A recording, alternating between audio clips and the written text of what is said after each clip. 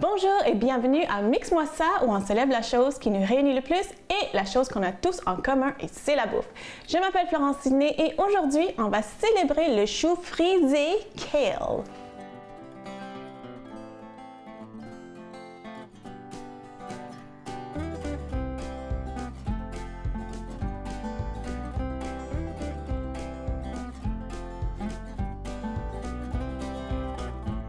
Donc, devant moi, j'ai un beau bol de kale.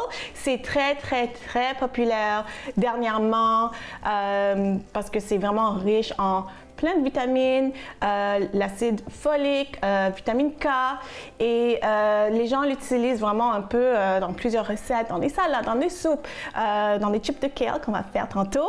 Et c'est vraiment une bonne façon d'augmenter notre apport en fibres parce que c'est vraiment, c'est riche en fibres. Quand on le mange en salade, là, c'est vraiment fibreux. Okay?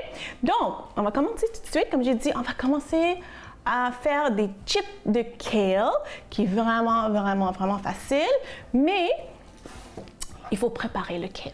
Donc, là, c'est vraiment beau, hein? C'est vraiment comme, une fleur et une feuille en même temps. C'est vraiment beau.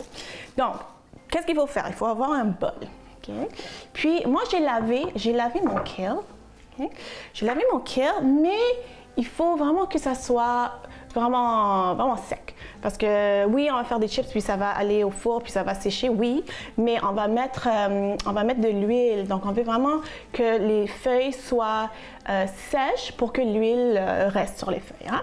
Donc, je vais chercher vraiment des belles feuilles. J'aime ça, les feuilles qui sont vraiment frisées. Là, ça fait vraiment des chips super croustillants.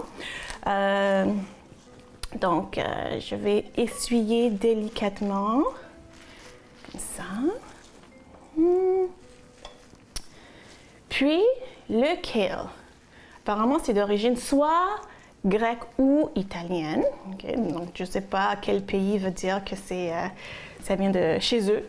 Mais apparemment, c'est d'origine grecque ou italienne, mais c'est vraiment utilisé vraiment partout.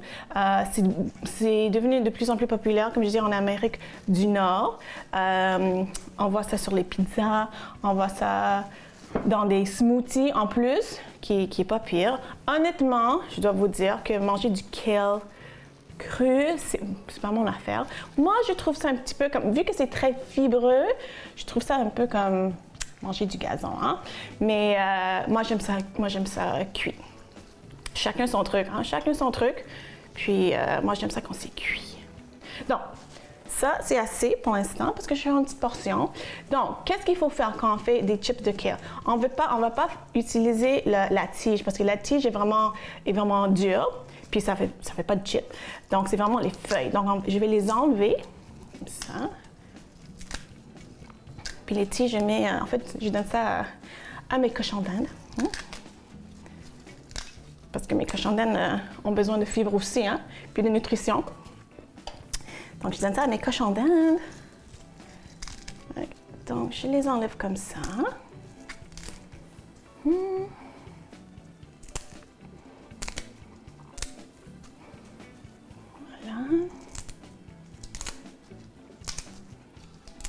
OK. Puis, le four est préchauffé à 375. Puis ça prend à peu près 15 minutes. Il faut vraiment juste vérifier. C'est sûr que les petits morceaux, peut-être, je sais pas, comme ça va cuire plus rapidement que les plus gros morceaux. Donc, il faut juste les surveiller. Des fois, je vais comme mélanger un petit peu. Mais après 15 minutes, normalement, c'est correct.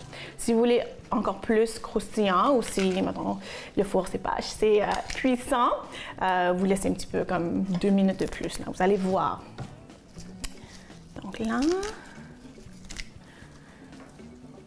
OK. Ça, c'est bon. La dernière feuille. Donc là, les chips de kale, comme j'ai dit, quand j'ai essuyé, j'étais très délicate. Là, maintenant, ça va être comme le spa. Ça va être le spa pour le kale quand on fait les chips de kale. Parce que là, on va les masser avec l'huile avant de les mettre dans le sauna chaud, qui est le four. Donc, c'est vraiment un spa pour le kale. Okay? Donc là, ici, je vais mettre l'huile. Ça, c'est l'huile de canola, mais vous pouvez utiliser l'huile d'olive. Puis, sel et poivre. Aujourd'hui, je mets juste sel et poivre. C'est sûr, à ce stade-ci, vous pouvez mettre les épices que vous voulez. Des fois, il y a des gens qui vont mettre la poudre d'ail, le poivre de cayenne, même des épices de curry. Vraiment, vous pouvez l'assaisonner comme vous voulez. Aujourd'hui, j'ai fait ça nature. Donc, là, je le mélange avec mes mains. Donc, c'est là où est-ce que le massage commence. Pourquoi on fait un massage? Parce qu'on veut vraiment deux raisons. On veut vraiment que l'huile, les assaisonnements, comme soient vraiment partout sur la feuille. Puis, vu que c'est vraiment, il y a beaucoup de petites trous et de crevasses, on peut dire, on veut vraiment que ça rentre. Hein? On veut vraiment que ça rentre dans chaque petite crevasse de la feuille. Et l'autre chose, c'est vraiment pour comme l'attendrir un petit peu, la feuille. Okay? Donc, je fais ça, puis là, ça c'est un massage, c'est le spa, là. Donc là, comme ça, c'est bon. Okay? OK, ça, c'est pas pire. Là, qu'est-ce que j'ai sur ma plaque à biscuits? Moi, j'ai les petits tapis en silicone. Je vais toujours mettre du papier parchemin, mais moi, je mets le petit truc en silicone. Ça marche super bien. Puis en plus, on peut réutiliser, on peut laver. Donc là, je mets ça sur ma plaque. Puis on va vraiment comme donner beaucoup d'espace parce qu'on veut vraiment que tous les petits coins, les petites crevasses soient comme cuits, hein, soient comme grillés au four. Hein. Là, on va le mettre, là, ils ont eu leur petit massage d'huile. Donc, on va le mettre dans le sauna chaud, le sauna sec. Hein. Puis, ça va passer 15 minutes là. Puis, ça va sortir vraiment délicieux et heureux. Donc là, OK. Donc, maintenant, ma plaque est prête. Ça, je vais mettre ça au four, 375, à peu près 15 minutes. Puis, après, ça va sortir délicieux. Revenez tout de suite après la pause. On va continuer à faire une autre belle recette avec le chou frisé kale. À tout de suite.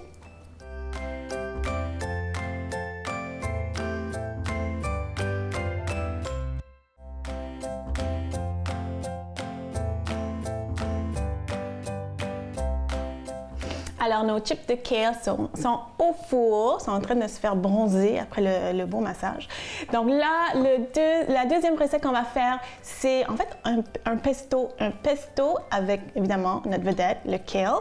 Là, ici, dans ma casserole, j'ai de l'eau que on va faire bouillir l'eau parce qu'on va juste blanchir le kale.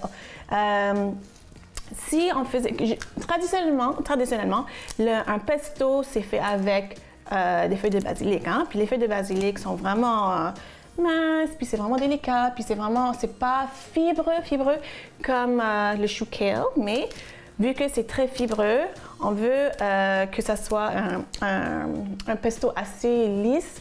Donc, on va blanchir les feuilles de kale. Donc, je fais la même chose qu'on a fait pour les chips. Là, je suis en train d'enlever les feuilles de la tige parce que la tige est dure. On ne veut pas ça dans notre pesto. Puis après ça, on va juste les blanchir. Donc blanchir, ça veut juste dire qu'on va le mettre dans l'eau bouillante pendant 1 minute même. Une minute et demie peut-être, juste pour attendrir les feuilles. Puis aussi, ça garde vraiment une belle couleur. Hein? Donc, c'est le chou kale. Le chou kale, des fois, ça dépend des personnes, c'est comme soit on l'aime, soit on l'aime pas. Hein? Mais j'ai l'impression que si vous essayez les chips d'abord, là, parce que qui n'aime pas les chips? Qui n'aime pas les chips? Hein? Si vous essayez les chips d'abord à la maison, ça va être gagnant. Après ça, le pesto. Parce que c'est comme, je sais pas, le goût est un petit peu comme caché avec les autres ingrédients. Aujourd'hui, dans le pesto, on va mettre l'ail, évidemment, on va mettre du fromage parmesan, puis on va mettre des amandes. Traditionnellement, c'est fait avec des noix de pain, mais on va faire avec des amandes. Donc, toutes ces saveurs-là, ça va faire en sorte que les gens qui ne sont pas sûrs, un peu sur le kale, ils vont aimer ça. Puis personnellement, moi j'aime ça quand c'est cuit, comme j'ai dit au début, j'aime pas ça. J'aime pas ça les salades de kale. Je sais que c'est super populaire, mais je sais pas, j'ai l'impression quand je mange ça, c'est vraiment comme manger du gazon ou du foin. Donc, moi non, c'est pas pour moi, c'est vraiment pas pour moi. Bon.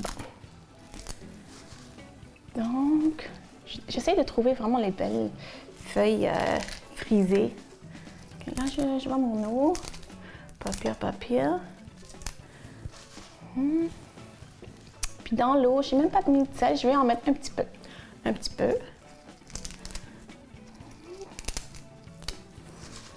Quoi d'autre ici? Je veux vraiment les meilleures feuilles. Ah, regardez-moi ça, c'est beau, hein?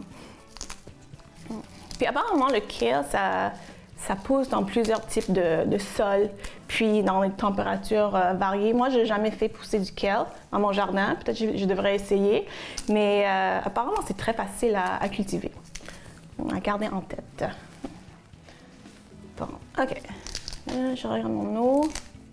Aujourd'hui, les pâtes, parce que évidemment, on va mettre le pesto sur des pâtes.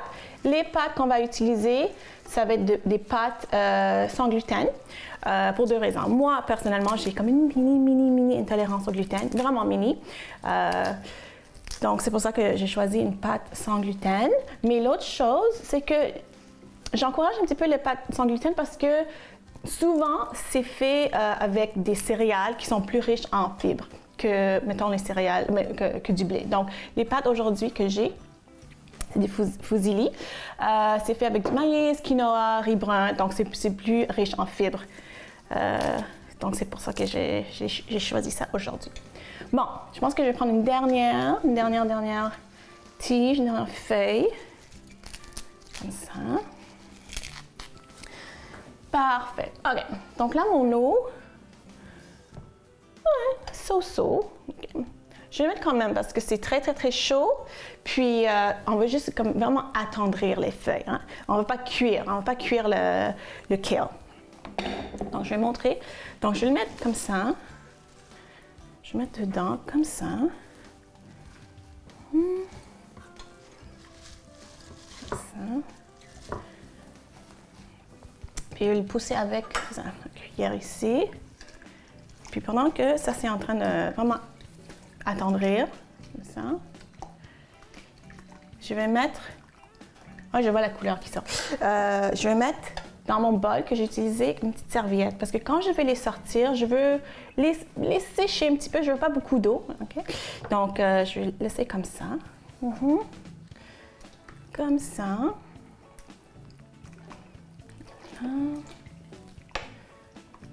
Bon, vraiment comme quelques secondes. Puis on voit déjà, même si l'eau n'est pas exactement à l'ébullition, on voit que la couleur est plus vive. La couleur est vert et c'est beaucoup plus prononcé. Hein? Donc là... OK, quelques secondes de plus. Puis là, je vais les sortir. Puis je vais les mettre dans mon bol où est-ce que j'ai mis une serviette. Ah oui, ça c'est beau. Puis je vois déjà, c'est tendre, c'est vraiment tendre. Donc, là, je vais les sortir dans mon bol. Comme ça. Puis, au retour de la pause, on va continuer à faire notre pesto, mettant en vedette le chou frisé kale. À tout de suite.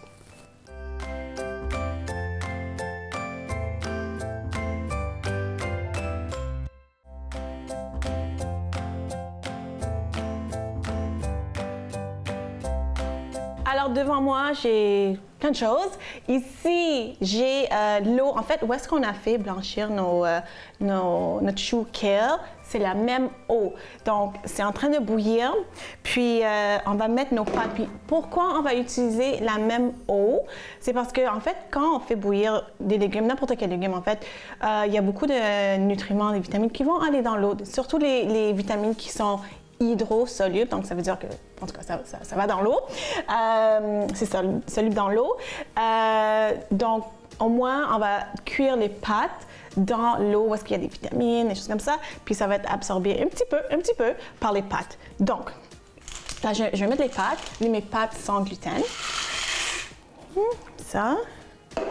Et un peu de sel. Un peu de sel. Un petit peu plus. OK. Donc, je vais juste mélanger un petit peu.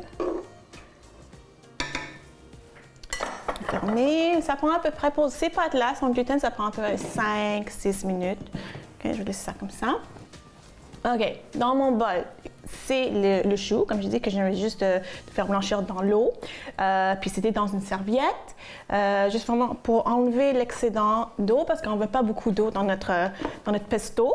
Oui, donc ça, je vais enlever la serviette, comme ça. Puis regardez-moi la couleur. On peut même voir la différence. Ça, c'est le kale qui est frais, puis le kale qui a été blanchi. Puis même la couleur est vive. La couleur est vraiment un vert foncé. Donc, c'est ça que ça fait quand on fait blanchir les légumes. Donc, ça, je vais mettre tout de suite dans le blender. Comme ça. Voilà. Et, ouais, je vais mettre ça de côté. Qu'est-ce qu'on va mettre dans notre pesto? Moi, je vais mettre l'ail.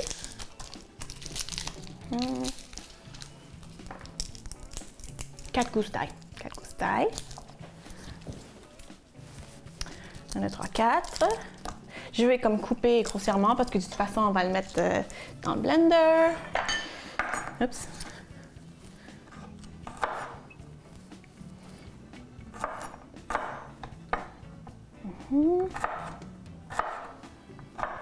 OK. Donc, 4 gousses d'ail dans le blender avec le kale. Après ça, qu'est-ce que je vais mettre d'autre? Oui, fromage parmesan. Puis en fait, ça, c'était un brick de parmesan que j'ai acheté. Puis j'ai juste mis ça dans un robot, puis ça donne ça. Puis un petit secret, c'est que j'ai mélangé, j'ai fait comme... dans le robot, j'ai mis comme une cuillerée à soupe de fécule de maïs.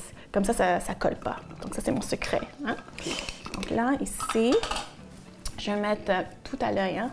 Tout à l'œil. Puis après, ça, on va goûter. Donc tout à l'œil.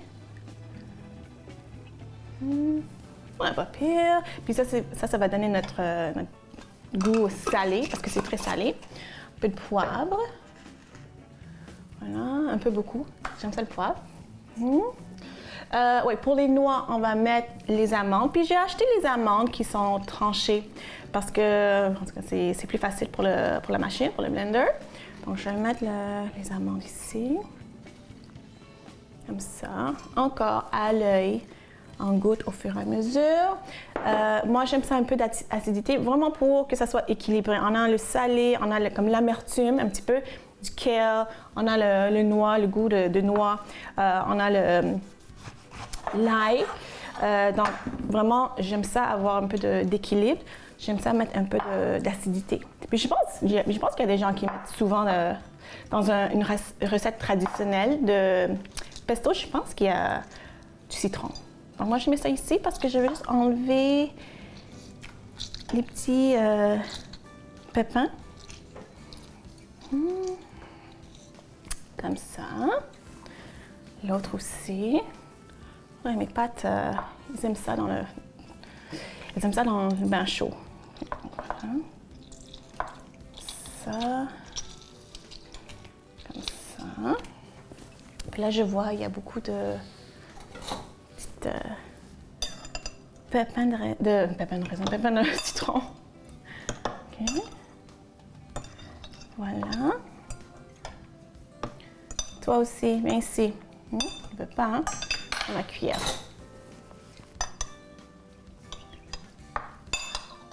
deux dernières ici.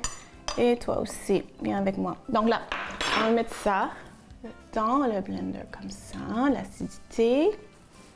Et je pense que c'est tout. J'ai mis... Est-ce que j'ai mis... Non, j'ai mis le parmesan. J'ai mis le poivre, mais je vais mettre en plus. Là, c'est l'huile. Hein, c'est juste l'huile. Comme ça. Puis vraiment beaucoup. Un pesto, c'est vraiment beaucoup d'huile. Hein.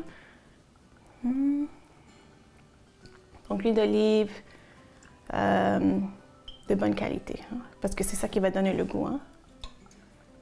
OK. OK. Donc, vous savez comment faire un pesto, là. Vous mettez tous les ingrédients que vous aimez. Vous mettez ça dans le blender, vous rendez ça en purée, lisse, vous goûtez au fur et à mesure. Okay. Au retour de la pause, on va combiner le pesto avec les pâtes et on va déguster. Donc, revenez, à tout de suite.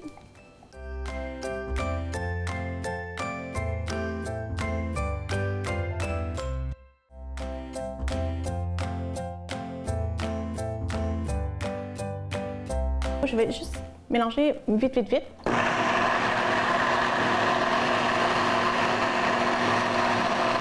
Puis ça, c'est vraiment la consistance que je veux.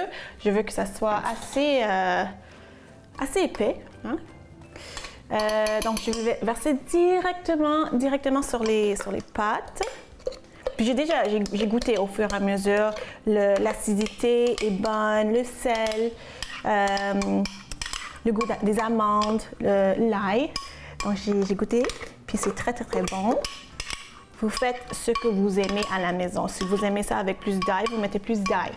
Si vous aimez ça avec plus de fromage parmesan, allez-y, fort.